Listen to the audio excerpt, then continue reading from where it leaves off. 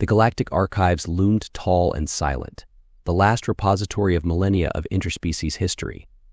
Curator Telk trudged up the wide marble steps, hoping today's research would finally uncover proof to discredit the latest anti-human propaganda circulating through the networks. The claims were always the same: humanity was an inferior species only recently elevated to the galactic stage through the benevolence of older, wiser races. According to the rumors, humans added no value, developed no meaningful technology of their own, and leached off the advances of stronger civilizations while offering nothing in return. Lies and envy, all of it, but the stereotypes persisted, and Curator Telk aimed to set the record straight. There was ample evidence that even in their earliest days venturing beyond their lonely star, human explorers rushed to assist allies in times of distress, rather than exploit the vulnerable as the detractors insisted. The humans simply kept quiet about the deeds, preferring their good works to stand untainted by the desire for credit. But Telk knew, and today he would uncover the proof. The archives stood vast and silent, holding the knowledge of civilizations that rose and fell long before the first human napped a sharp stone tool. The preserver drones maintained meticulous records, but allowed no judgments or inferences, only facts as recorded in days long past. Interpretation required the keen mind of a skilled curator. Telk nodded to the robed attendants guarding the etched steel doors before making his way unerringly through the labyrinth of data cores and ghost files to the section on early human activities. His Kretschip granted access to restricted archives closed to ordinary academics' records, concealed for fear of how the damning truths might still disrupt the uneasy alliances underpinning galactic politics. But Telk served the truth above all else. Galaxy be damned, he would share what he found today. The earliest confirmed contact with humanity occurred when a crippled Tiglid survey ship limped into Earth's solar system, the insectoid crew mere days from suffocating as failing life support systems leaked their precious gases into the endless void. Rather than take advantage of the stricken ship's dire predicament, the humans provided emergency aid, towing the Tiglids to Mars, where predominant methane atmosphere welcomed the alien physiologies. Human historians recorded the event as the Mars Miracle, commemorating the selfless rescue. The Tiglids simply repaired their ship as rapidly as possible and fled, afraid what desires for repayment might emerge in time. After that inauspicious first meeting, humanity turned inward for long decades, assimilating advanced technologies recovered from brief exchanges with passing galactics, but reveling in Terran culture that evolved isolated on humankind's homeworld. The next confirmed contact came when a human exploration fleet traveling along the outer Orion spur responded to a distress call from a fledgling Darien colony fleet desperately working to maintain cryostasis on thousands of colonists after cascading system failures. Rather than seize the opportunity to establish a human colony on the tempting garden world the Darians discovered, Admiral Wei's fleet fixed the failing systems without cost or conditions, refusing even to land on the planet. Once the Darians revived, the humans provided ample technological wisdom before disappearing once again into the endless night between galaxies. The grateful Darians spread word of Wei's selflessness, but few believed the tale of altruism. Surely the humans imposed some unspoken price in exchange? But they did not. Humanity continued developing their own advanced technologies in isolation, venturing forth into the galaxies only when dire need called them to ally with interstellar partners equally committed to coexistence without conquest. And the records held still more examples.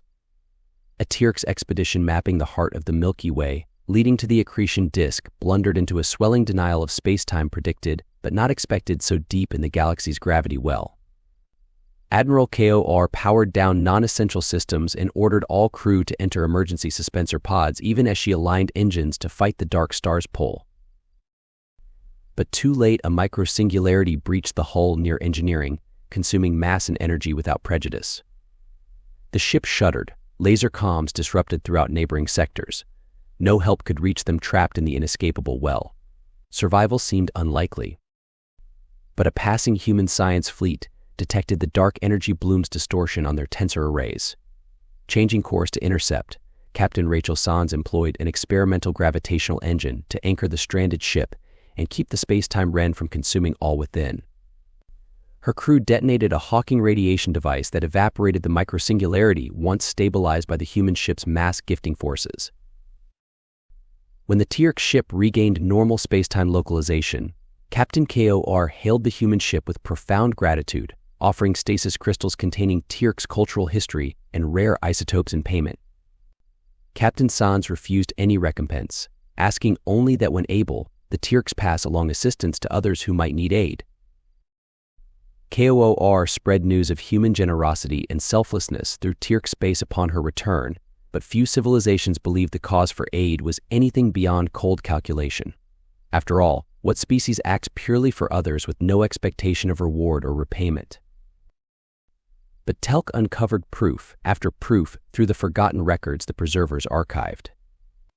While the humans constantly developed new technologies, explored exotic dimensional manifolds, and constructed astonishing works of cultural beauty, when crises flared among neighboring civilizations, human ships mysteriously appeared to offer aid before fading unnamed back into the eternal night between stars. Yet despite the constant stream of rescued vessels, recovered colonies, and repaired installations, the larger galaxy persisted in underestimating humanity's contributions.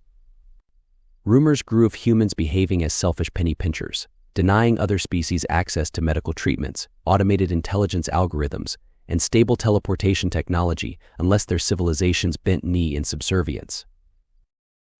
But the archived records painted a different picture entirely. Even in the early era before humanity spread beyond its lonely yellow star, disease ravaged the remote Mitanni worlds. A rare microbe mutated past vaccine resistance, evading medical predictive models. The genetic changes outpaced pharmaceutical responses, and the Mitanni faced devastating population loss if a cure could not be formulated. The researchers across the region combined efforts through networked cloud mines but failed to crack the pathogen's adaptive mutations. As population centers became quarantine zones, a single research vessel of human origin arrived unheralded, widely believed to be the vanguard of an invasion fleet. But rather than occupy weakened cities, the human researchers set immediately to work analyzing the outbreak. Transcendent intelligence models mapped mitochondrial ribonucleic acid pathways, revealing protein shell vulnerabilities. Chemical factories swiftly produced tailored antiviral agents and inoculating bacteriophage agents. Humanitarian relief flooded in via Einstein-Rosen bridge transit systems already calibrated to Mitanni biofundamental harmonic frequencies. The agent defeated the contagion in under 72 hours. Population decimation reversed practically overnight. No demands issued for recompense from the humans, in fact. Few Mitanni even encountered the humans directly. But they left behind the means for Mitanni medical scientists to produce targeted antivirals and inoculants should similar diseases emerge in future. When curious Mitanni historians tracked down their silent benefactors, asking why they chose to assist without recompense, the humans shared only a brief Zen koan before vanishing to assist other civilizations. Act without expectation. Was this evidence Telk uncovered today the inspiration for the ancient human code? Did some progenitor race aid stranded ancient human explorers, teaching through selfless example the wisdom permutation civilizations must adopt when the safety of sapient species hangs by a silken thread? Perhaps in time Telk might unearth the full truth. For today, this evidence upheld clear proof of human generosity contrasting widespread beliefs. First contact protocols encouraged observing without interfering, but humanity chose a different path, risking themselves to aid allies regardless of public opinion. The curator gathered up his archive cred tubes, tucking the rare truths under one arm even as he mentally prepared his first thesis arguing against the conventional lies. Humans contributed much to galactic civilization by saving lives, risking themselves to stabilize peace, and developing technologies for the common good rather than personal gain. The evidence shone clear as a G-class star. With brisk steps, Telk exited the looming archive, descending the broad marble stairs already composing the opening arguments in his mind. Too long the propagandists spread falsehoods stemmed from envy and fear. Today Telk would shine the light of truth, revealing humanity's quiet courage and selflessness for all to witness. And perhaps in seeing humanity's full history, all sapient civilizations might choose to follow such an example.